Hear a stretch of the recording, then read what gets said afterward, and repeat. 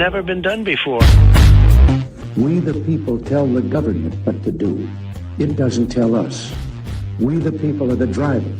The government is the car. And we decide where it should go and by what route to do. We the people are free. And I hope we have once again reminded people that man is not free unless government is limited.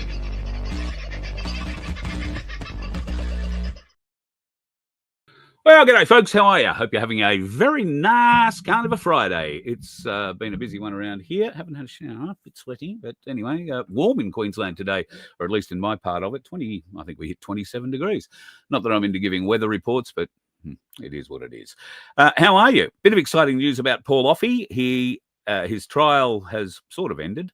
The jury have adjourned to deliberate on their verdict, and I hope to have Michael Offey joining us. In fact, I'll just have a quick look and see. No, I hope to have Michael Offey joining us before the end of the show, at any rate, to get a little bit of an idea of what's happened over the last 24, 48 hours or so. Paul was on the stand yesterday, and there was a bit more evidence that came out, I believe, and then there were some directions, I guess, by the judge, and the jury have gone out. Don't know if they've come back. I did speak to Michael 45 minutes ago, and they were just getting a bite to eat. So hopefully he will be back in to join us a little later on in the show. Sorry, I'm a little bit scattered at the moment. I received some rather interesting news just before coming to air, and it's made me very angry. Very angry. So I'm holding my tongue at the moment, but I'm finding it difficult. So let's put a smile on the face, because there's one bloke who always brings a smile to my face, and that's because he is known as the Waving Wonder. And he does bring a smile to my face and a certain calming influence to me. Somebody has to keep you calm, my friend. Somebody, especially when I'm the one who stirred you up in the first place. But anyway, that's discussion for a later date. I believe you have another as well. Yeah, if that becomes a public discussion, mate, there's going to be a lot of private. There'll be a lot of blood on the ground. Do we get private nowadays? And no, I don't think there's anything private. I don't think there's anything private. Okay. I was talking to Sandy. I was talking to Sandy today from the Donkey Sanctuary. 103 donkeys they have on there at the moment, and right now they're all locked up again because it's raining again. Oh, so they had a bit of rain today. They're expecting 20 mil a day, I think, from Tuesday next week all the way through to the end of the week. So that's going to put another 100 mil, let's call it, on the ground or close to. So the donkeys obviously can't go out in the rain. Their hooves, if you're not aware, donkeys are a dry desert sort of an animal. They don't have hooves that deal well with waterlogging. So when it does rain, they've all got to get put under and shed up. So that's a big job. 103 donkeys out there at the moment, and we are struggling to feed them. That is the issue. And so all we can do is try and help by selling a few more raffle tickets. And we do have 330 odd left to sell in this round number 6, draw number 6, where we've got $750, and second prize is hardly a second prize at the way silver is going up at the moment. It might become the first prize soon. It might become the first prize soon. At the moment, you'll get our Ainsley rounds, the Byron Bobs, and a beautiful presentation pack designed and printed, at this stage at any rate, entirely by Vincenzo on the screen, doing a magnificent job. So can't thank you enough for all of that. However, we may need to have a bit of a discussion about how much we're charging for them, because if the price of silver keeps going the way it is, I'm going to owe them the way we're going. So I can't believe that a bob is worth like $9. $9.21. That's $90, $90 plus dollars. Yeah, it's like holy whoops! I think we misjudged that badly. Yeah, $9.21 a round, not a coin. They're rounds.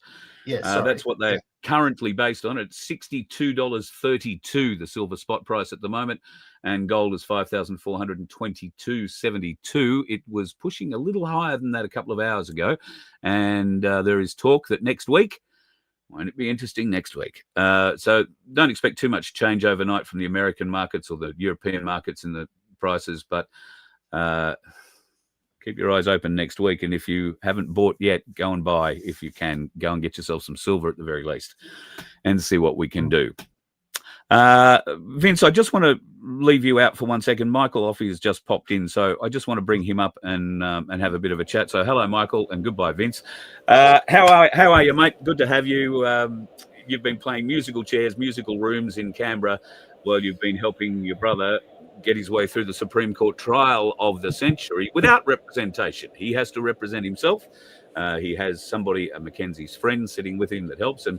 And then he basically has a second Mackenzie's friend in his brother, Michael, who has done, well, enough work on this case, I think, to make him a solicitor by now. You should be awarded an accreditation to be a lawyer. It'd probably make you sick, but well done, mate, for everything that you've done.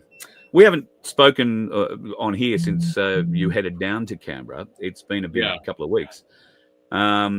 I believe that the jury have now gone into deliberations, and well, maybe you can start by telling us, the last update was Paul was going on the stand. So how did all that go? Yeah, hopefully you can hear me all right. I didn't get a chance to do a proper mic test. That's all right. I can hear you. Okay. I'm just using poor laptop camera and whatnot, so sorry the picture's a bit terrible compared to normal. That's all right. Yesterday went fairly well. Paul was on the stand. Was probably on the stand for, I don't know, a good hour or so. Got pretty emotional. He pushed through a blubbering mess of tears for about 10 or 15 minutes, I reckon. By halfway through that, I think every person in the gallery was crying by then. And I think there might have been a few juries sort of getting a bit teary as well. Wow. But, so I think it was a fairly genuine story. Yeah, we should point out, Paul is incapable of telling a lie. He just can't. Yeah, that came about in cross-examination. He can't tell a lie. He can't obfuscate. He can't hide little details. Black if he's asked a question. I beg yours? There's black, white, or nothing. That's right. It's one side or the other. And you've got to hear the story, one side or the other. And you've got to hear the whole story, and Paul tells it as it is. The first question, the prosecutor worked out in the first question that it was going to be a fun ride. Oh, really? Yeah. He asked when he first arrived in Canberra. He said, so you arrived on Friday before the protest? Well, that was a 15-minute story to get to the end. So by which time the prosecutor found out that he'd gotten lost a couple of times on the way into Canberra. And then he'd also gotten part of the reason why they got delayed and separated from the other group and ended up, in fact, coming in on Thursday was because he had stopped to take photos with a girl in a wheelchair that I think you've probably seen the picture of. Yes, yeah. And her carer, who were keen to get photos of the truck, and they come to wish everyone in the convoy well and all the rest of it and wave their flags. And he then, after he did that, he then had to go to the toilet. By the time they got back to the truck after doing all those things, he'd lost half the convoy because I'd all pushed on. Yep. And then they realised that the guy that was helping drive his truck had his overnight bag in someone else's car. Then they found out that person had already gone all the way through to Canberra. So then they had to go to Canberra instead of stop where everyone else was. Then he goes, so I'm pretty sure I got there Thursday night, not Friday, sir. And he says, but I would have thought you'd know that because there was that many traffic cameras on the way in. I'm sure you would have known exactly when I came in, didn't you? What a beautiful point to make. That was question one. He was already going backwards. Then he asked the jury to exit so that he could have a question with raise some concerns with the judge about Paul's length of answering a simple question. Right, okay. And the judge said, look, I understand you have issues, but if you could try and condense your answers, maybe stop and think about it for a minute and then try and come up with the straight out answer if it's a simple answer. So the next question gets asked, and he's sitting there totally confused for like 3 minutes. And he starts laughing and goes, "I'm sorry, but I'm trying to actually take into consideration what you said." So then it kind of went back to the original format or somewhere between the two. Just answer it as best you can.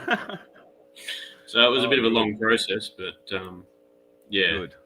I don't think. So when did the jury go out then? Sorry? When did the jury go out? Well, this morning the prosecution did their final presentation or whatever it is, final. Yep. They're closed. Final argument. Got to love arguments that aren't really stacked in proper truth, but anyway. Yes. Don't know if I'm allowed to say that, but you know. So that was quite lengthy. It's kind of funny because he starts off by sort of saying, well, I did indicate yesterday that I'd only be about 30 minutes, but I think I may not be accurate on that. A lot of lawyers probably aren't very accurate on these things. It's possibly not the only things they're not accurate at. Yeah, clearly. And so he went for quite a while. Paul then did a short oral synopsis, and then he said, "And I'd like to hand over a written, full written closing argument, because of my issues with reading, writing," and he said, "I don't want you to have to put up with me trying to go through it, and it probably won't make a lot of sense anyway if I read it all the way through anyway." Okay. The prosecutor objects to that straight away. Yeah. Of course. Anyway, ultimately that ended up getting accepted in the end. Does that mean that his closing argument was handed to the jury to read? His final full complete argument ended up eventually getting allowed to be handed to him. Right. So that was good because at least he could get it properly put forward in a way that was understandable. So that no guarantee that they'd read it, but yeah. It was nice that the judge actually realised that it would be appropriate in the circumstances to do something a little different to normal. Yep, certainly. Yeah. So now, then we had, I don't know, 2 hours, hour and a half of the judge giving his direction to the jury on all the bits and pieces of law and this, that, and the other. And did you find anything in the judge's comments that gave you a chink in your armor, or the jury was told to ignore certain things? Yeah, I guess there was a bit of that in some respects. Hard to know how it's all going to pan out. By the time the judge finished his thing, it was they had about 25 minutes of court time left, and then they decided they had the option to decide whether they wanted to stay and start deliberations and potentially even stay later if they wanted to. They could stay as long as they wanted, and they decided to go home for the weekend and put their feet up. So it's pretty fair enough, I suppose. Yeah. I mean, you do feel like saying, "I'm glad you guys can all switch off and turn off your work clocks. We'll just keep stressing for the weekend." Yeah, so back in at 9 o'clock on Monday morning, and only if they actually have reached a verdict, I suppose. Well, it sounds like the process will be the jury will come in at 9:30 on Monday morning and start their deliberations. If they have any issues that they need to get clarification from the judge from, we'll then have to run and get over to the court within 10 minutes. Yeah. Because they'll have to have a proper, basically mention. Yeah. And then that will continue however many times that may have to happen for however many hours, days, or weeks that may take. And then ultimately, hopefully, they will come to a conclusion, ideally on our interests of not guilty, hopefully. That's the hope we have. and the evidence should back that up. Considering Well, that, hope so, but they sort of have the whole thing tied up in such a way that the prosecution think they have a pretty solid case, even though it's all rubbish. Because the jury are just deliberating on the two main driver police charges, not the other stuff. Yes, yeah. The judge acts like a magistrate on the balance of them. So they're just dealing with that. But those charges are written in such a way that you kind of are pretty open-ended in how it can be, how the application of them could be used in a way. Like driving at or near a police officer, and that you're either intentional or reckless about their safety. I mean, it's kind of loose.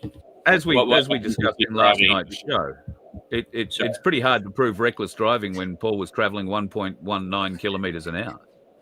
Yeah, I probably struggle with that one, but driving at or near a police officer, I mean, when you got police that are all around you escorting you, they can turn the tables on that and say, well, that's driving the police. Then they decide to step in front of you and you think they're still escorting you. They step in front of you of their own volition. But I mean, who's driving it? I mean, is there a charge for police walking in a moving vehicle? I mean, that could go the other way too, couldn't it? Yeah, you would have thought. All right, listen, I don't want to hold you up, and I can hear that dinner is probably being prepared in the background. I want to thank you for taking the time tonight to give us a bit of an update, and obviously I'll be in touch on Monday. And if there's anything to tell, we'll try and bring the news out then too. Prayers are with Paul. Just stay there 1 second. Roger that. So, folks, put a prayer in for Paul. Get the jury on Paul's side. They're off having their weekend, and they'll be back in for deliberations on Monday morning. That was a quick week. If things go right, we might be able to have one of these on. Absolutely. Is that a beer? It's a watermelon flavor, zero alcohol wine spritz. Oh, gee, I could probably think of something a bit harder to celebrate with, but that's a good start. But how many harder things have a name of that on there? Hang on. Oh, I know. Not guilty. The not guilty drink. Love it. Yeah. Do they sell those just in the court canteen, or did you have it specially made up? Oh no, I think you'd need a lot of money to buy something like that in a court canteen, and I think it'd only be available on the black market in there. Yeah, I think you're probably right. Good stuff, mate. Well, if you want something a little bit more serious, I mean, it's still zero alcohol, but it is a rosé. Oh, very nice. It's got the right colour. Yeah, very nice. Not guilty rosé. That's awesome stuff. That is awesome. We're prepared. We're going in strong. Yeah. Well, hopefully, if it's all about mindset. We've already won. Yeah, exactly. Well, hopefully the prayer group. But honestly, between that, there's that many things that have gone in the right direction over the last 10 days, up against pretty much all odds. I think, aside from all jokes aside, I think God's got His hand on this thing, and I hope so. Working towards we hope a strong resolution that will go in the right way, not just for Paul or our family, but for hopefully the whole country. Because it would not be good. It would not be good if it was a bad precedent against everybody. I mean, let's face it. The Voice of Freedom family is praying, mate. So that's all we can do. Pray for the jury to have some clarity, some honesty, and the ability to deliver fair justice. And I think as long as they can get a bit of an understanding of Paul's character, which hopefully has come out in the last 48 hours or so, hopefully they will realise that, hey, this guy really could not have been thinking of anything wrong. Yeah. That's clearly the way it is. Mate, I'll let you go and have dinner. I'll let you go and have dinner, but thank you very much for spending some time with us tonight. I didn't want to drag you away from the party early, so I'm happy that you were able to join us. I really appreciate it. Hopefully, in the meantime, while we've been talking, hopefully your silver prices have gone up a little bit higher. Hang on, let me just refresh it. It has. It's gone up to 62.37. Money while we're talking. All right. Good on you, mate. All right, Thanks. I'll talk to you over the weekend. You have a good one. Okay. See ya. See you, mate. Michael Offey in Canberra, helping out his brother Paul in the Supreme Court trial. I'll bring back the Waving Wonder and Mr. Dwyer. That's a bit of good news in that the trial part of it's over, I guess, and we'll say our prayers and that those prayers are answered with a not guilty verdict from the jury, and hopefully that will influence the judge to have the same sense of clarity about the other charges that are floating around in the background. These are not Supreme Court charges, as Michael said. The judge acts as a magistrate, not a Supreme Court judge on those other charges. And what that really means is that the judge gets to be judge, jury, and executioner, if that is the case. However, he might also decide that there is a possibility that if the other two charges were found not guilty, he might suggest to the prosecution they go and have a look at those other 5 charges, and whether or not they really want to progress with them. I'm sure, given the energy and excitement coming out of the Canberra DPP, they will continue pushing it, but that could blow up in their faces a little bit too. So fingers crossed, boys. No intent, right? No intent for the two major charges. No intent is what they're looking at, as far as I can see. And I'm just thinking to myself, once this case is concluded, maybe we should request the court transcript. Yes, I think we should do that. Just 100%. And it should be gone through. I mean, there's a guy I watch on YouTube who goes through them regularly. That's Watch the Watchers. So maybe we need to watch this particular case and go through it. Well, certainly if there is a guilty verdict handed down from either the jury or the judge, appeals have already been flagged, process appeals, all sorts of things. Paul has been denied due process in so many different ways, I believe, and they have engineered a failure for him at just about every step. In fact, I think they tried very hard to get him out of it, but to get out of this sort of Supreme Court case, you need minimum $250,000. As the judge, not this judge, but as a Supreme Court judge said, New South Wales Supreme Court judge, who also sit in the ACT, somebody has to pay. And the judge is simply the head of the bank. Somebody has to pay. The judge isn't paying, so it's either going to be the criminal, in this case Paul, or the alleged criminal, or if the alleged criminal turns out to be someone like Paul who doesn't have a bad bone in his body, then the DPP are going to have to pay. And that could be very expensive. Now, the judge and the DPP, well, one would suggest they are on similar sides of a fence, but the judge is meant to be impartial. We haven't seen impartiality in courts in this case since day one. So, I don't know, Tim, do we expect a judge to all of a sudden get a pang of guilt and do the right thing? God, you're a funny bugger. Oh, shit. Oh, my lords. I'm sorry, you caught me off guard with that. A judge, get a conscience, protect the DP. Nah, sorry, mate, it doesn't add up. No, that is a bigger oxymoron than a sovereign citizen.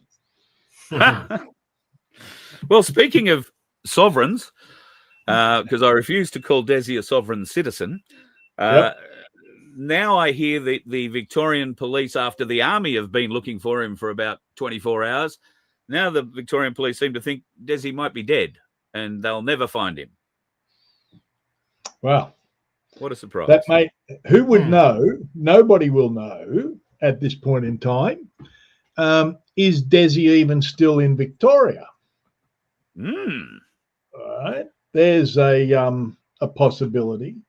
Now, that country that he's in up there, that is big country. That is rugged. It is steep. It's all sorts of things. And if he has bushcraft, he may well have prepped himself a 6 months little spot But failing that, why would you stay in that region? Why would you not have yourself a way out? And Australia's a bloody big place. My word. And given that Desi was a prepper and has been, in that scene for a long time, you've got to think that an escape route would be well prepped. Somewhere to hide, somewhere, a way to walk out to a motorbike or a car buried in the bush somewhere and get out. But maybe not. There is a lot more questions coming to light about the two dead officers. And do you notice that there are absolutely no questions about the 7 other officers that were apparently standing around outside looking in the opposite direction as Desi escaped from a bus with one door in it? Well, not to put, look, I know this subject's been covered well and truly, but the Friday court case that was to be in Myrtleford, where Desi was to be part of that court case, they had a treason charge on one communist bastard called Daniel Andrews. Who is where right now? Who is China. where right now? Yeah, in right China. Now, he is in China with his nose stuck firmly up the crevice of his Chinese masters. And that's where he's hiding. Yeah. So then and look, this is just me. The ABC Four Corners was aired, Sovereign Citizens, right? Then we had the Desi issue. Then there's nobody can front up at court, and Dan is in China. Why Desi? Why then? Why 10 police? Why nobody? Come on, there's too many whys. And years ago, I used to watch a TV show called NCIS with a bloke in it called Gibbs. And Gibbs always says, there's no such thing as a coincidence. And I just have to agree in this case, there is just too many coincidences. And when we look back and we look at everything from the Harold Holt drowning, which we know he didn't drown, he was murdered in his own house. And we have the copy of the affidavit, a sworn affidavit put into the Brisbane court by the Navy diver who took him out to sea in a boat and dropped him off the shelf. Right?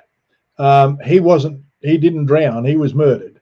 Nothing to see here. Then we go down to Port Arthur and we know all about that. That's in the Whistleblower. If you want to get the Whistleblower magazine, you'll find plenty of it in there. We know the government orchestrated that for the guns. We know that. Now they want the National Gun Registry, and this terrible person has shot 2 police officers. Well, the story goes he shot them with a homemade shotgun. And I used to hunt, and I've had shotguns in the past, and 22s and 303s and God knows what. And I can tell you, you've got to be up pretty bloody close and personal to somebody to kill him with a shotgun. And if he only had a single barrel shotgun, that means he had to load it 2 more times because he shot 3 of them. Right? And the other 7 nupties were standing out there having a barbecue at the gate. Yeah, sorry. And the fact that I hear that the shotgun was a homemade version. Yeah. So, well, so I'm sorry. And can I just ask for a different theory? I mean, how could this have happened with a man? Let's say he had a single shot shotgun rather than a homemade version. One shot possibly could kill 2 people if they were standing in line, like good tactical officers would be. Depends on the spread and what's the aim. Do you think there could? Do you look? I'm throwing it out. This is just a bit of an imagination, but could it be that the police officer that was wounded by the shotgun? Yeah, because it's feasible because it all depends on the single shot. The ammo is. But then who killed the 2 officers? Wouldn't it be plausible? Deal. Wouldn't it be a very plausible deal to have an officer shoot 2 other officers, claim that Desi shot them, and shoot Desi, and Desi got in first? Well, You got to ask the question. Sorry, Tim. You got to ask the question. How many shots were fired? They've never told us. Yeah, that's true. They've said that there was 2 officers killed and 1 was wounded, but nobody's actually asked the question, how many shots were fired by supposedly the accused? Let me put it to you this way, Carl, in relation to can a shotgun kill 2 men with the 1 shot? I would have to say no, even if it was firing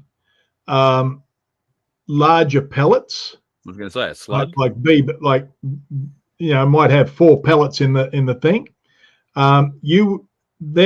If you were standing close enough to kill somebody with that, the spread would not be wide enough to hit the second, and none of those pellets would have enough velocity to get through one and into the other if they were standing behind each other. Yep. The physical impossibility of killing 2 police officers, mind you, they should be wearing flak jackets. With a shotgun. I'm sorry.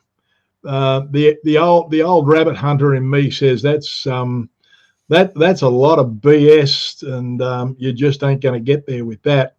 It is more plausible that 1 officer slaughtered the other 2 as sacrifice.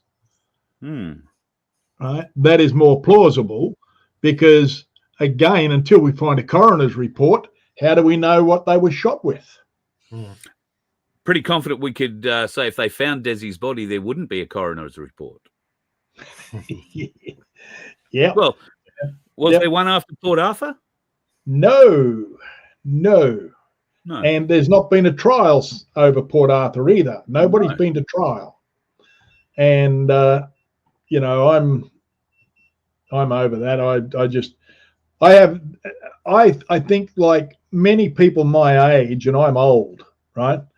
But many of us that have been and seen so much have little to no faith in anything that the government or any arm of the government or any public service sector would tell us to be truth. Yep, true. So anyway, there we go. Now, I got something sent to me the other day, and I've been putting together a video, and I keep mucking it up. I know how that happens. I do it every night. But this was brilliant. I'm not going to read it all. I have to wait for the video, but I want you to listen to this. This is what was sent to me. I've made only small alterations, and I do not know the name of the author. The truth will be heard, and the righteous will have victory. A man who stands upright in his own authority, who refuses fraud, usury, and unlawful force, will always be branded with some kind of name or label. The system cannot fight him on truth, so it gives him a label to make him seem small. That label today is sovereign citizen, a phrase that eats itself alive. For sovereignty and citizenship are total opposites. Sovereignty is mastery of self, the condition of being free and whole, and citizenship is submission to the rule, the acceptance of external governance over one's life. Put them together, and you have a contradiction so loud it should disqualify itself on the spot. And yet, it is repeated by police, courts, judges, politicians, and the media mouthpiece as if it has some real meaning. It goes on. So, I like that. Yeah, so it's about the propaganda machine, and it's been done for decades. It's been done for centuries. In the early church, if you spoke against the church, you were a heretic. Right? All this sort of stuff. Very interesting. It's about it's probably about an 8-9 minute read. So I'll get that done soon. All right, let's move off Desi and let's regress and go back to the big event last weekend. So we had well, if you listen to Anthony Albanese on the ABC, 50,000 people around Australia came out and marched for Australia. And that isn't a representative size enough to make Albanese give the slightest of even the hint of a stink of shit about the Australian people. Even a casual glance at the numbers in the capital cities, let alone the places like Townsville and Hervey Bay, Maryborough that I saw. Bundaberg had over 1,000 people at it. There was a march on the Sunshine Coast that had over 1,000 people at it. And all down through New South Wales. I don't know how many people came out in Victoria. And of course, in Adelaide, there was probably a good 15 or 20,000 people. Tim, you were part of all that. There's been a bit of consternation about the black shirts, we call them the black shirts, but the NSN. Now, Adelaide, you had a small issue with them. Melbourne had a bigger issue with them. Sydney, well, if you listen to the people who are attacking the organisers of the Sydney one, apparently they were all Nazis. And I wish people would actually understand what a Nazi actually is. I have been called a Nazi since I was 5 years old, as long as I can remember. All right. Now, that's because of my surname. It's German, right? Yeah. But ask yourself this: how do kids that are 5, 6, 7, 8, 9, 10 learn the word Nazi and how to use it in context with a kid at their school? Yeah. So home. Home, exactly. So just because you've got a German name, you're a Nazi. And I would lay London to a brick that most people wouldn't be able to distinguish a Nazi or tell us the difference between a Nazi and a German soldier, even a German officer. Because they seem to think that everybody who fought for Germany was a Nazi. And that isn't the case. Not at all. Hitler ran the Nazi party, but there were different groups in that party and sent out to do different jobs at different times in the lead up to the Second World War.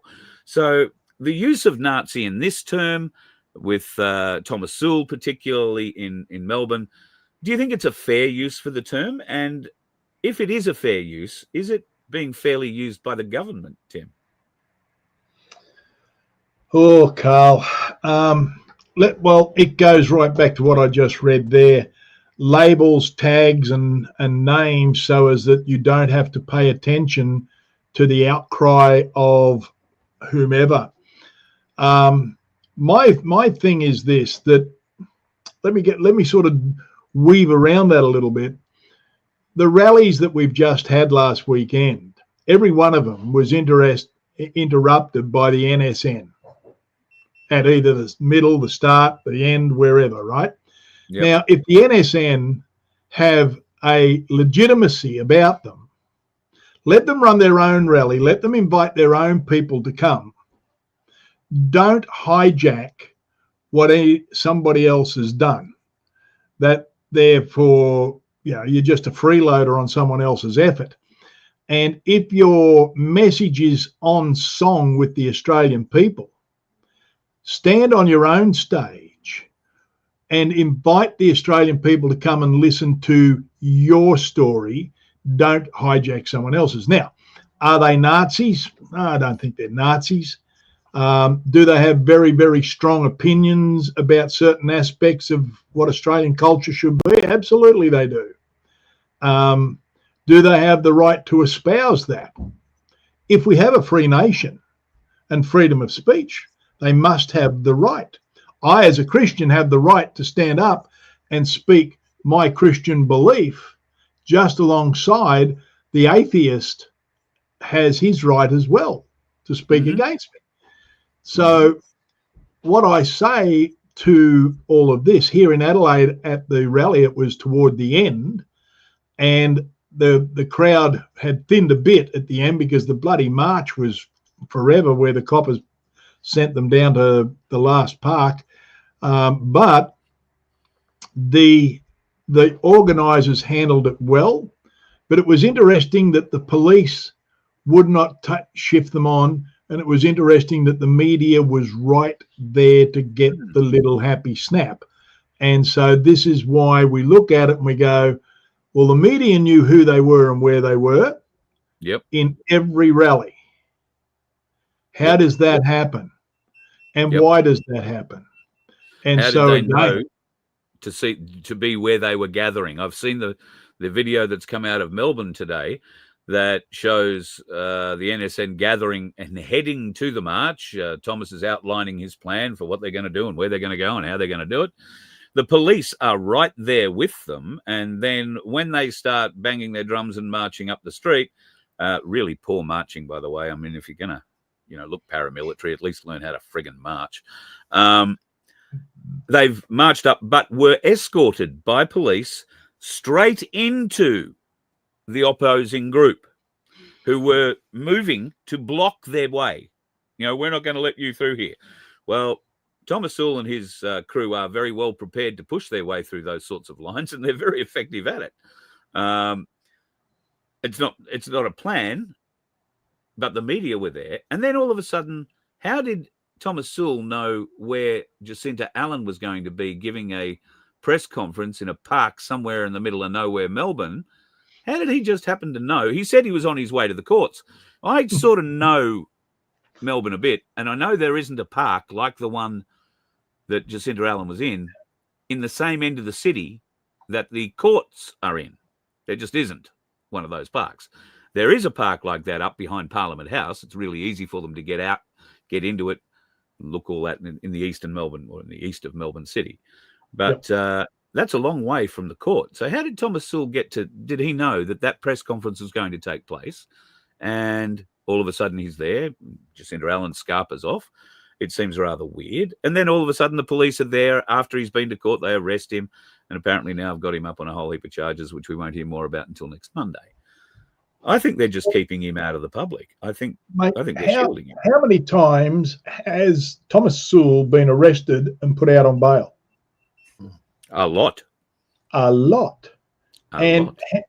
Right. So it's a revolving door for Thomas by the look of it. But I think if that were you or I or Vince or any of the people on here tonight, I don't think the door would swing too widely for us. I think we'd sort of be trapped in a place that we don't want to be in. But for some reason, around and around and around it goes for this situation.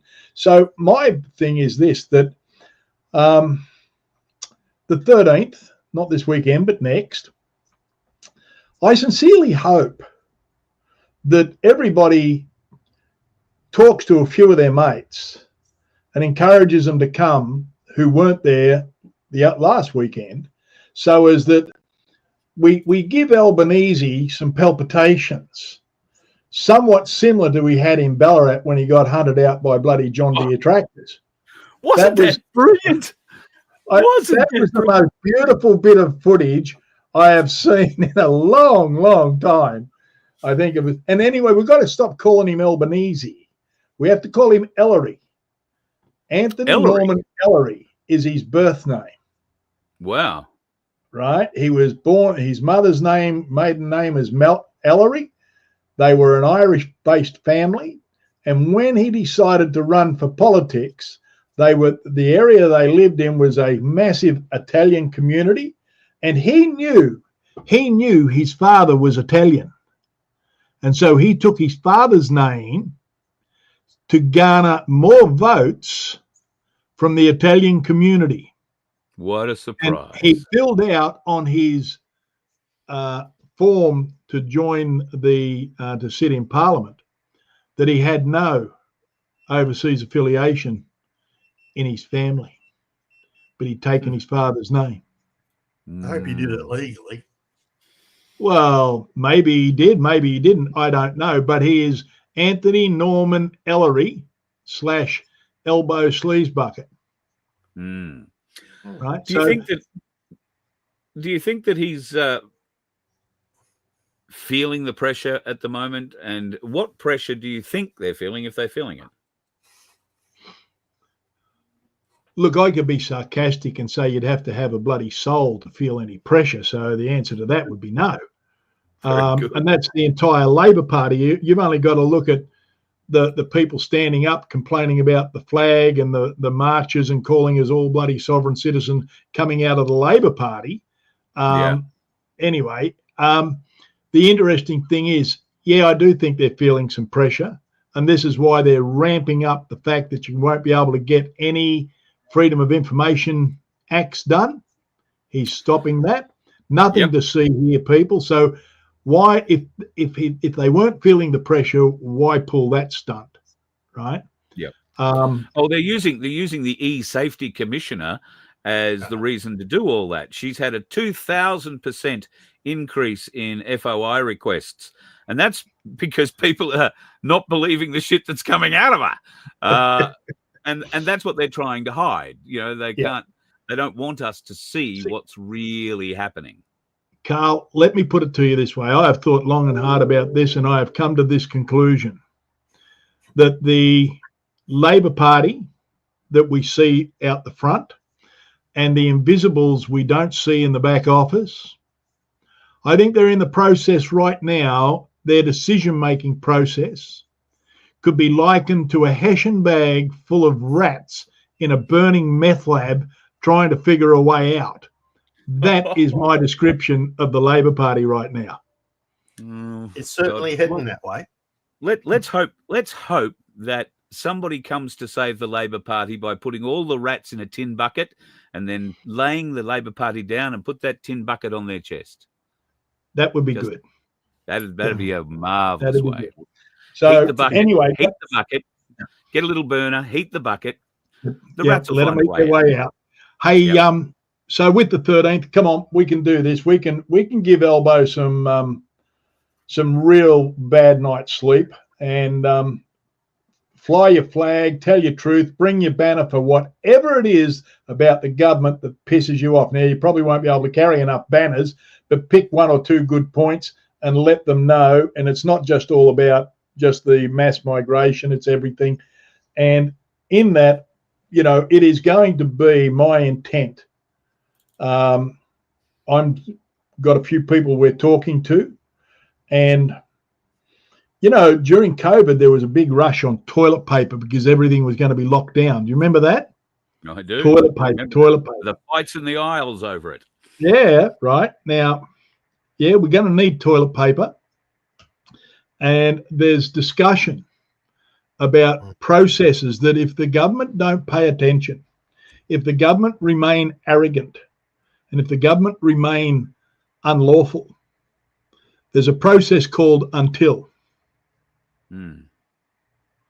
Until. Right? Yep.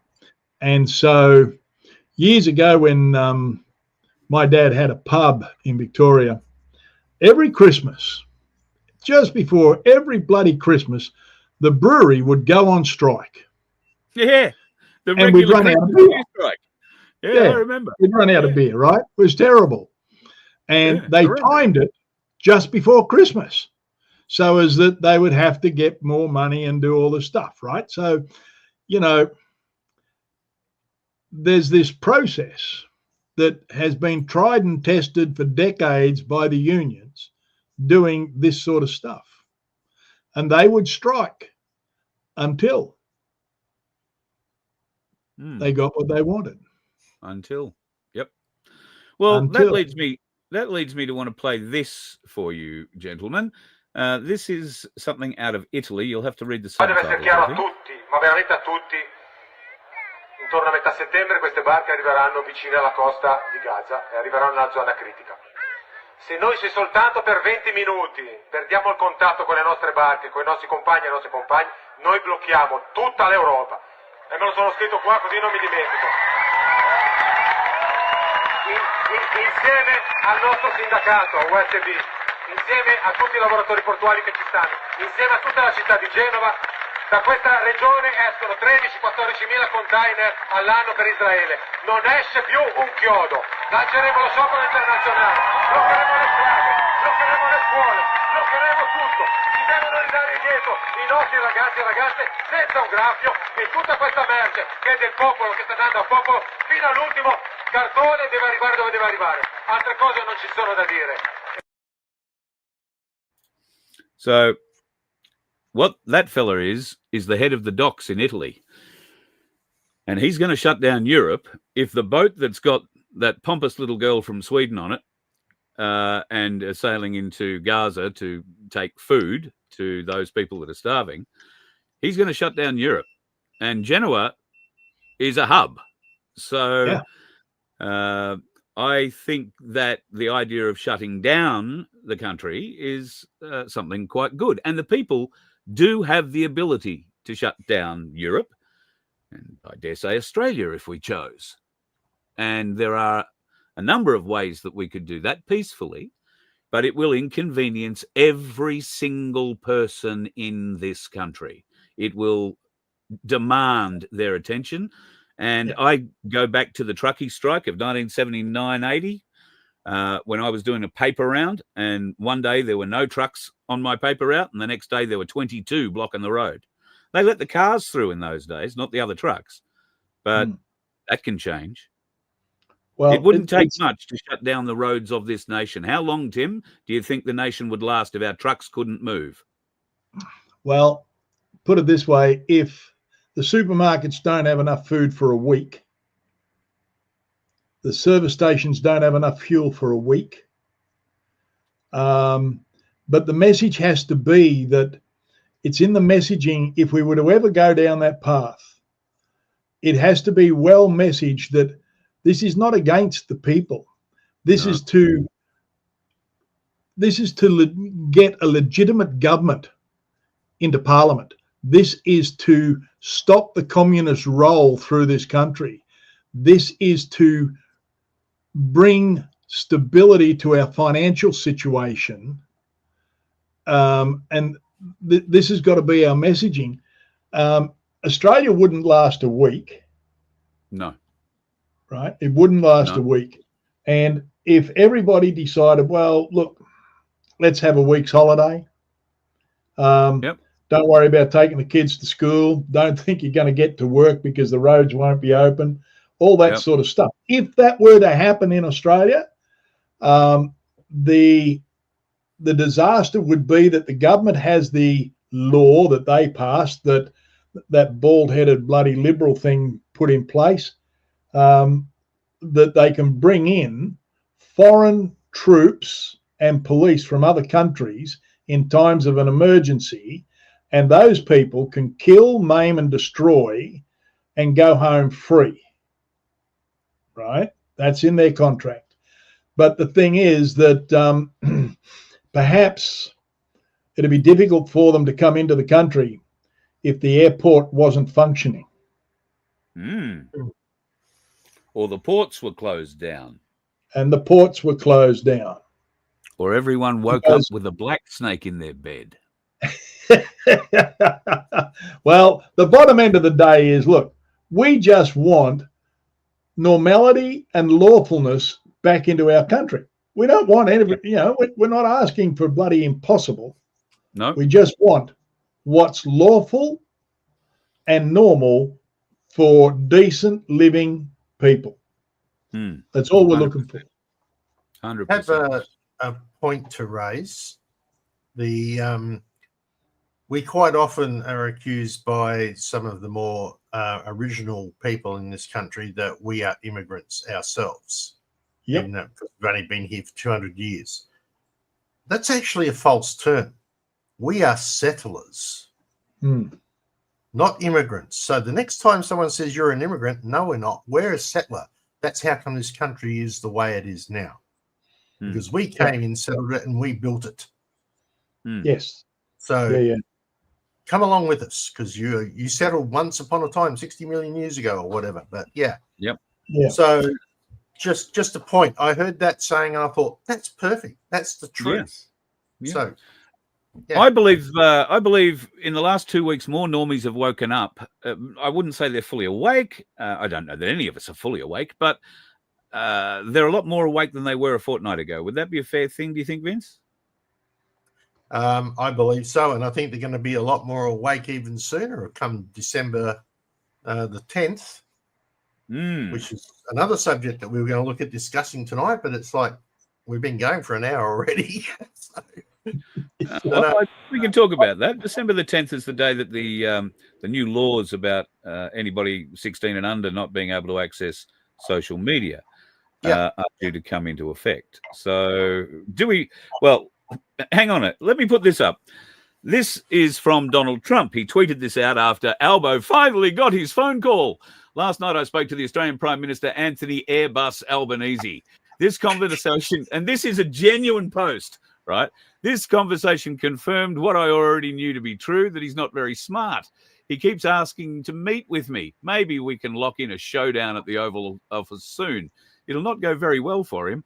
Australians recently marched for their freedoms and deportations. They also don't want to be banned from social media. Do the right thing, Anthony. Now, we've been hearing the whole reason that Albanese has been put on the outer since Trump has come back into office is because of his stance on free speech in this country, and there is none. As he pointed out, the other efforts that are being made. But Albanese today has thrown another nail in that coffin with the freedom of information thing he's going to put through. He's clamping down on all of this, and that is in direct opposition to what Trump is all about. Trump is trying to, expose these people, obviously, or get them to do the right thing. Do you think that Albanese is going to wake up to that fact at all? Probably not. You've got to look at it between the housing deal that have just done, the $500 billion that they're looking at, which just brings more people into the country. The other point, that $500 billion could be educating our people. We've got to go to the UAE for the money like India does. India are paying for it. And do you actually think that the people who are going to come over, the people from India, the Indians are going to the UAE. That's where they're going to get the money from originally. But who's going to pay for it? We will. Oh, we will. But we won't get to live in any of those apartments that they're going to build. Yeah. They're going to be built and filled by people coming into the country. Hello. So we got off probably the ones that have built them, because they'll all have families. Do you think you're going to come to Australia and live here for 5 years building beautiful homes and go back to India or Sri Lanka or wherever the hell you're going to come from? I wouldn't have thought so. And because you've been here, X amount of years, that probably gives you a bit of a right to claim the kick up from a temporary visa to a permanent visa.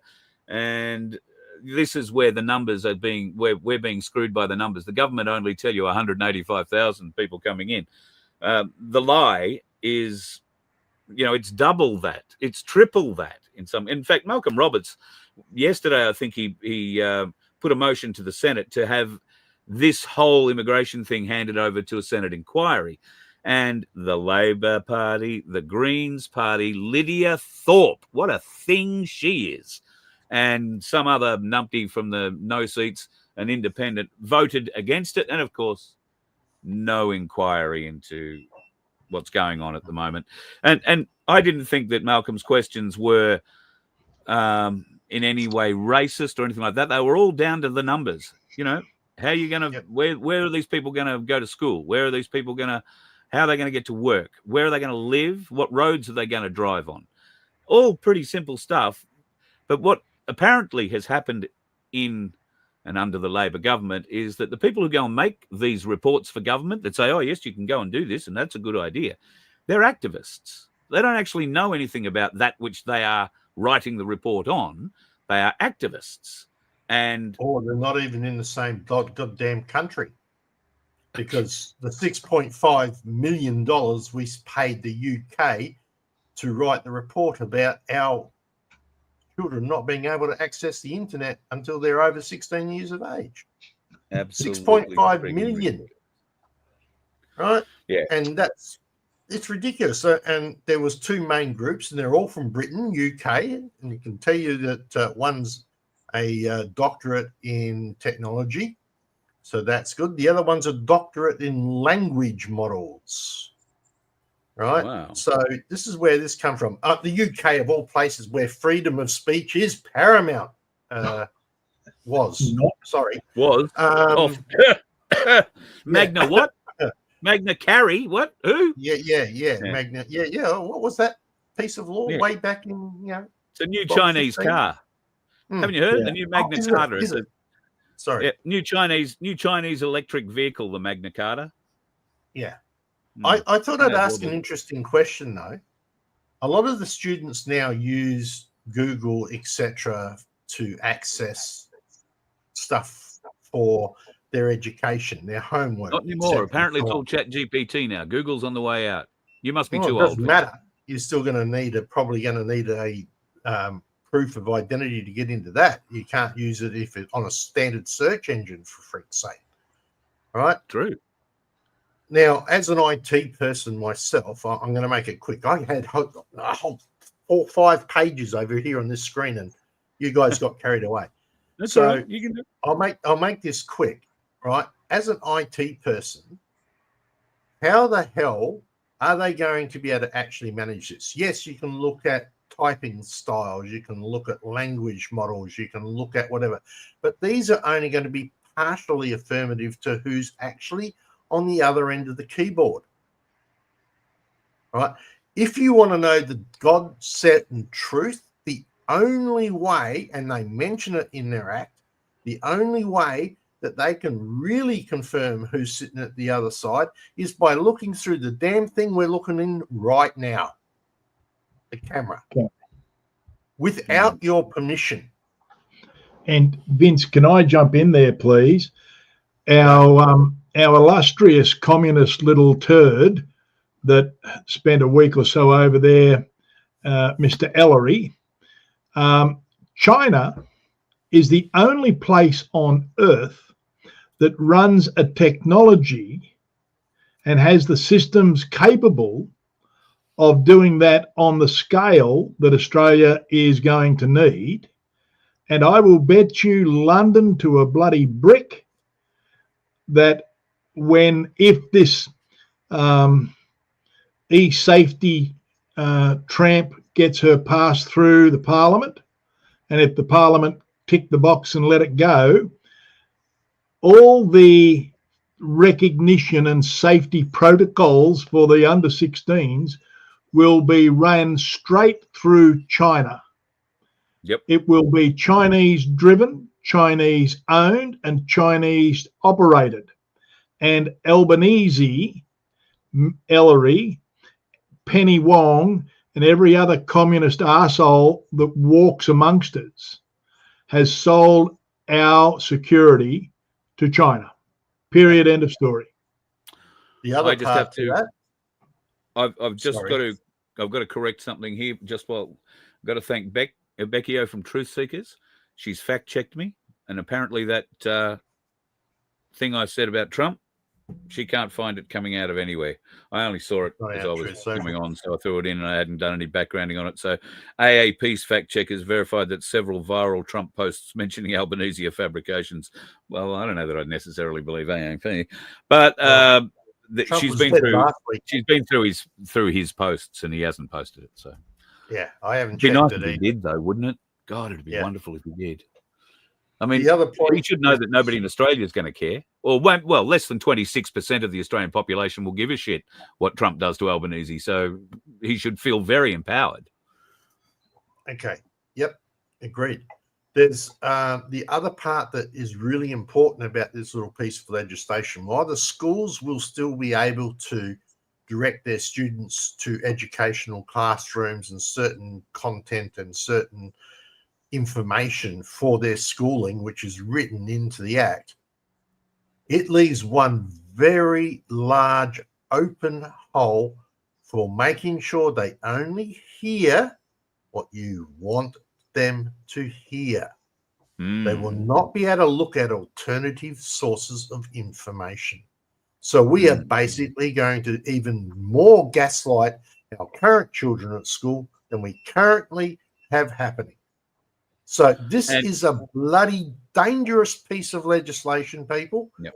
And honestly, I think there's a lot of VPN companies that are going to suddenly get a lot of subscriptions. Personally, because suddenly they might be in Germany or Austria or Denise, Russia, learn the difference. Denise, learn the difference between your Becks. Beck Freedom put on the event in Sydney. Becky O from Truth Seekers. Didn't put anything on anywhere except maybe her knickers and her bra this morning. But and I say the maybe. It's a bit of a question. So get your Becks right before you start throwing that shit out. And I will have Beck Freedom on this show any day of the week because I believe she is a good-hearted person. We all have different ideas. I don't know where hers lay regarding the NSN or anything else. But the fact of the matter is she has copped an inordinate amount of flack and is taking it like a trooper. And the flack is coming from numpties who don't understand what a March for Australia was. We were marching for Australia, for Australian values. People hijacked this march, and the next one will be hijacked as well, using terms like white Australia. Now, if you were to change that to black Australia, would it make any difference? Would it still be racist? Yeah. Well, I don't think it would be, because if you were in the current Black Australia is a race, white Australia is a race. It's still a race, so it's still racist, right? Let's get the proper terminology, not the bullshit funky. I also noticed that there were a lot of our dark-skinned brothers and sisters marching on that March for Australia. They didn't seem to have much problem. That's because 90% of Australia is not racist. We are happy to accept anybody who's here, and anybody who's going to be a white supremacist or want to be far left into the Aboriginal scene, we are the invaders type thing. 90% of Australia doesn't agree with your pals, so bad luck. And I'm hoping that people are cognitive enough to actually go, flush that bit, don't need it, goodbye, see you later. Tim, you're good with that. I look at it like this. I don't believe I'm racist, but I am biased. I'm biased about bringing people into this country who want to run down the street and kill people with friggin' machetes. I'm biased about people who get a license in this country, like a minivan full of Asians who, I think it was last year in the winter, pulled up in the Riverland in the middle of the bloody highway because the fog was too thick, and a truck didn't see it until the last minute, swerved to miss it and hit another truck head on. Both drivers were killed because these nupties, I'm biased against stupidity and giving people licenses that can't really get a license. I'm biased about people who come into this country and literally refuse to abide by the laws of this country. And I don't care what race or religion you are, fuck off. Get out. Right?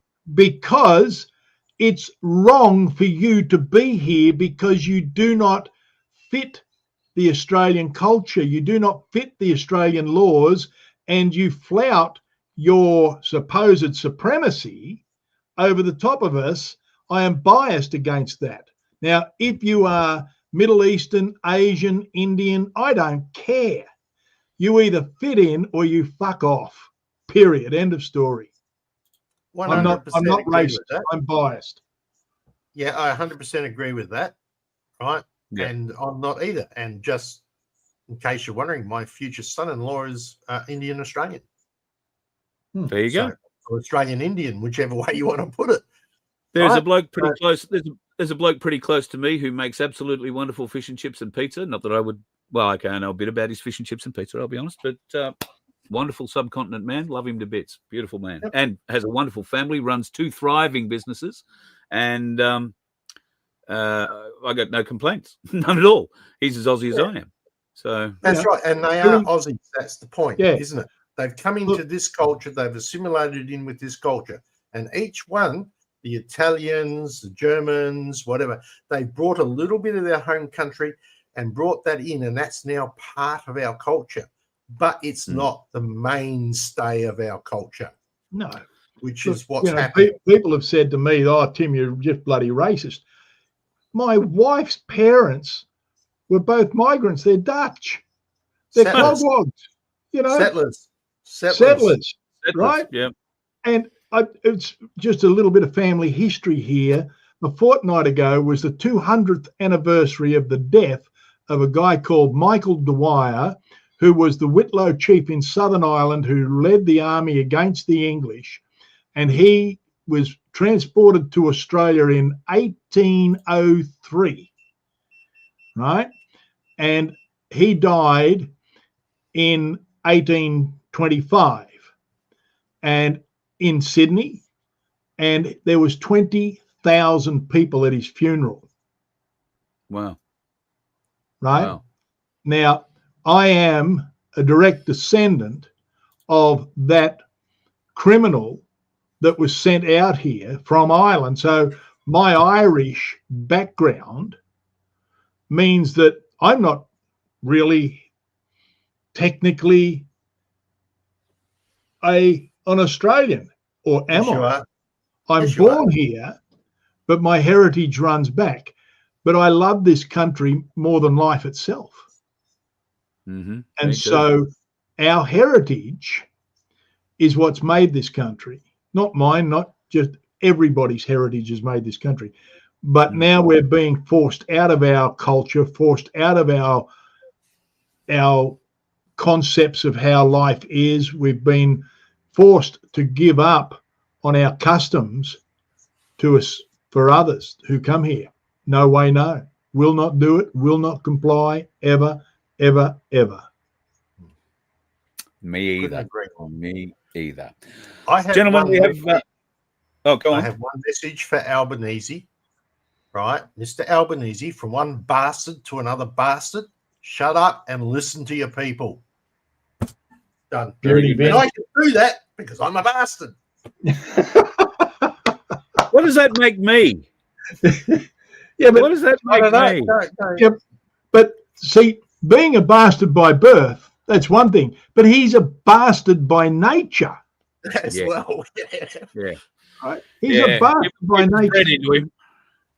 Bred into him, as it is. Tim, we were going to talk LifeWave very quickly. For people that are into the LifeWave product, X39 patches, X40, what are they? X49 patches? X49s, are now available in Australia too. But there have been some big changes in the backgrounding of that system. If you are a part of my LifeWave group, then be prepared. There's going to be a big meeting next Tuesday night at 8 o'clock Eastern Standard Time. I think it is, Tim, isn't it? Yep. Where there's going to be some more announcements about ways that you can make some money out of these LifeWave patches and benefit yourself and not have it. I mean, it's not going to cost you any more than it costs me to buy a packet of LifeWave. So if you want to share those with people and they get some benefit out of them, you might be able to make a bit of money out of it yourself. But what's the meeting about, Tim? Well, just very quickly, there's some big changes coming, as you've said.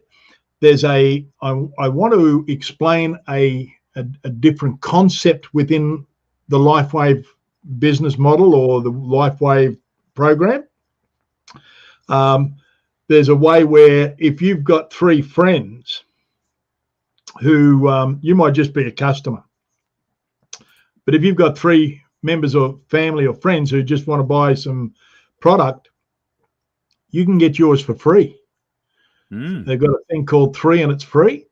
And the other thing is, I want to play a testimony of a lady who she just turned 80 and her pacemaker is now hardly being used at all because her heart is now much stronger and doesn't need the pacemaker, and the battery's lasting longer and longer and longer. Her right, and her stage 4 kidney disease, where she was heading up for a dialysis. Well, she doesn't need that anymore either. And the interesting thing on this one was her heart specialist told her not to have any more vaccines because, well, don't have them. Anyway, it's going to be a good night. There's going to be a lot of good stuff. And you will be, look, even if, Carl, there's a lot of people that have joined us in LifeWave that didn't pay their subs and are no longer in. Even if that's you, plug into this because I think you will find something here, because LifeWave is making sure that the people right at the very beginning start to make some really good money. Becky-o, I'm looking at you. Yeah. Come on, Beck. All righty. So Tuesday night, I'll all get an email. We'll see you soon. Beautiful, mate. I'll let you go. I've got to have a quick one with Vince, and we'll speak with you very shortly. Thank you for your time tonight, Mr. Dwyer. Nah, thanks for having me on. Thanks, everybody. Have a great weekend, everybody. Happy Father's Day to all the dads. Yes, absolutely. Yes. Good on you, mate. Whee! You know, I'd forgotten it was Father's Day coming up. Laura rang me the other day and said, "Oh, we have lunch on Sunday." I said, "Oh, that'd be nice." She said, "Well, it is Father's Day." I said, "Oh, is it? Okay, great. Let's go and have lunch." That's the trouble Vincenzo, when you're on a property, mate. You lose track of time and where you're at. Yeah. Fortunately, you'll be back on the road soon if we can get enough fuel in that bus to get us out of there. Anyway. Well, yeah, and a bit of registration on it would help as well. I've still got Rego for about another 4 weeks maybe. Okay. But yes, we do have a few issues raising a bit of cash, which is why we have a lottery. It endeavors to help us raise a bit of cash for these sorts of moments. And it also helps us feed the Good Samaritan Donkey Sanctuary donkeys half a bale of hay a day. We'd like to make that a whole bale if we could. I really would like to make that a whole bale. So if you could help us, folks, go to merch.vof.com or vofhq.com and click on the Sanctuary 750 link. Our tickets for a $750 cash prize are only $2. And then we are giving away our Byron Bob pack, which, Vince, you have been making. I see Pete's asked for the file, so you've got friends with printers who want to help you too. Yep. We've got 9, I think you sent me, which I should get early next week, and I will send out those to the first 9 orders that we have in. But I've got to be honest, folks, we're getting to a point where we may have to put the price up a little bit because we're not getting to, Carl, we're not getting to where you already are. We were expecting that we'd be paying a certain amount per ounce, but it actually doesn't work out that way. It's per bob. So hence, So we will honour some of those orders that we have done. Oh, we'll honour all of the orders we've done. Yeah. Well, I haven't seen them all yet. You have to pass them to me.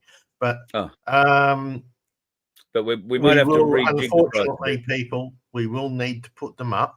I know it's hard at this stage of the game. Everyone's just got their electricity bills and whatever, but even $2 on the ticket will help us at this stage. Help us.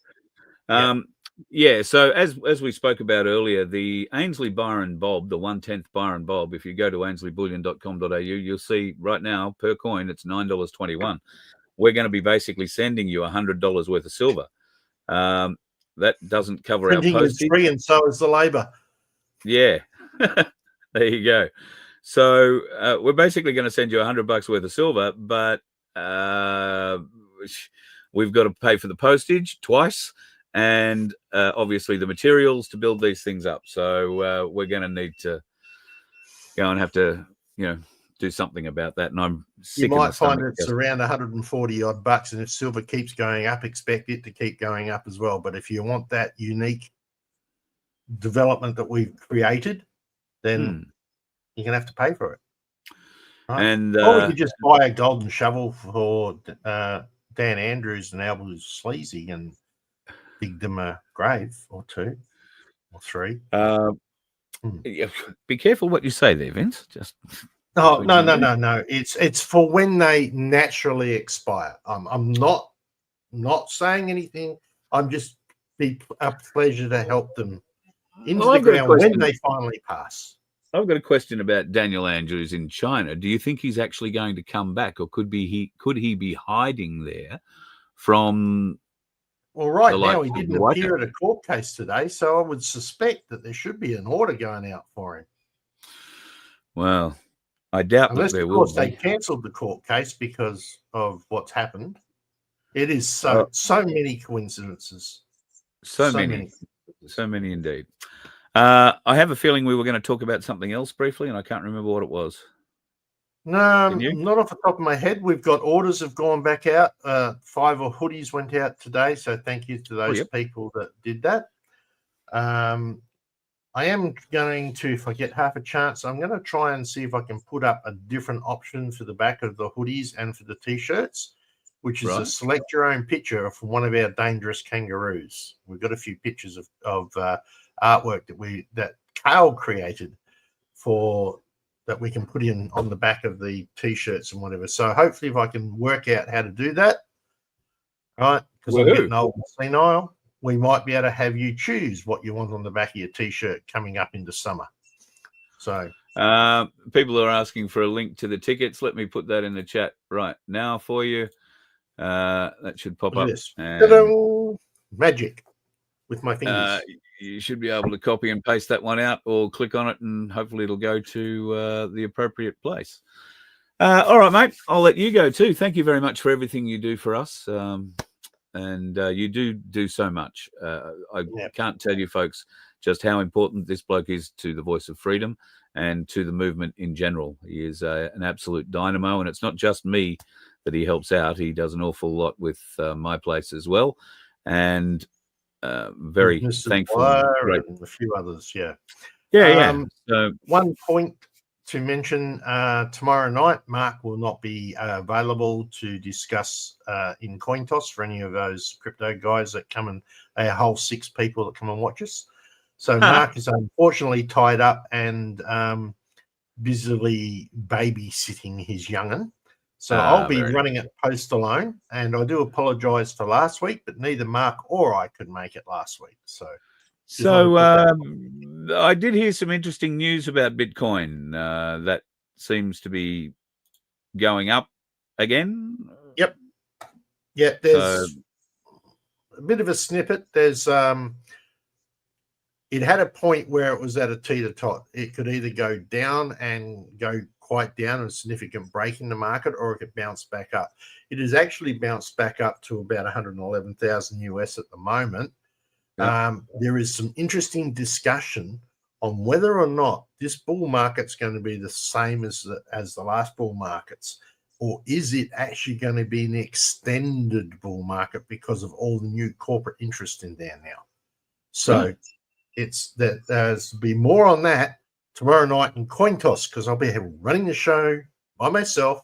And the last time you saw me run a show by myself, everybody complained, so I don't do it again. Remember, Carl? Oh, I do. Why are people so unkind? I didn't care, mate. I got thick skin, you can't.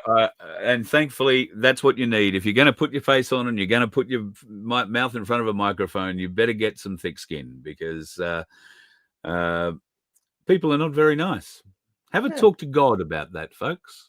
See if he can help you, I'm going to do the right thing here. And I'm going to go to my deep voice and say to everybody, I'm going to say good night to Carl as the waving wonder. And that's the end of him. There's a couple of things I do have to show you before we go. Is this David Beckham? I think that's David Beckham and the Prince. I'm not really looking at either of them, though. I'm more interested in the name on the top of that chopper door. It should tell you. It's always in plain sight, folks. It's always in plain sight. And something else that's in plain sight is JFK, or Jimmy, as he is better known. This is Jimmy just after he was groomed yesterday. And talk about happy. He got home and is looking at Rachel, who's in our chat at the moment, I think. And I think he was a bit happy. He was just thinking, do you know how good I look? This is how good I look. So Jimmy was Black Sheep's father's dog. Black Sheep's dad passed away last week. And for a variety of reasons, we had to find Jimmy a new home. And Rachel came out of the blue and well, she's never really had a dog of her own, never really wanted to have a dog of her own. She babysits dogs all the time. But this little bloke came into her life, and it seems that there may be an adoption. So I can't thank you enough, Rach, and neither can Jimmy, just between you, me, and the gatepost. There's a couple of other little things that I do want to mention I was going to talk about tonight. We'll talk about this next week. If you haven't already learned about it, then you'll probably catch up on it over the weekend. But the ABC know all about this pedophile tape, and they have lied to the government about it. We will talk further about that next week. If you are heading out on the roads and away to do something fine this weekend, I hope you have a wonderful time doing it, folks. It really is a hopefully going to be a beautiful weekend in Queensland. And for the Father's Day celebratees, all us dads, I hope you have a marvelous day with those closest to you. It's wonderful to have kids, and I'm very blessed that I've got one, and she's ordained to come and visit me. So I'm really looking forward to that. Be safe on the roads, folks. Just because it's Father's Day doesn't mean the dickheads aren't going to be out there. Love you. See you Monday. You let one ant stand up to us, then they all might stand up. Those puny little ants outnumber us 100 to 1. And if they ever figure that out, there goes our way of life. It's not about food. It's about keeping those ants in line. That's why we're going back. Does anybody else want to stay? Let's rock!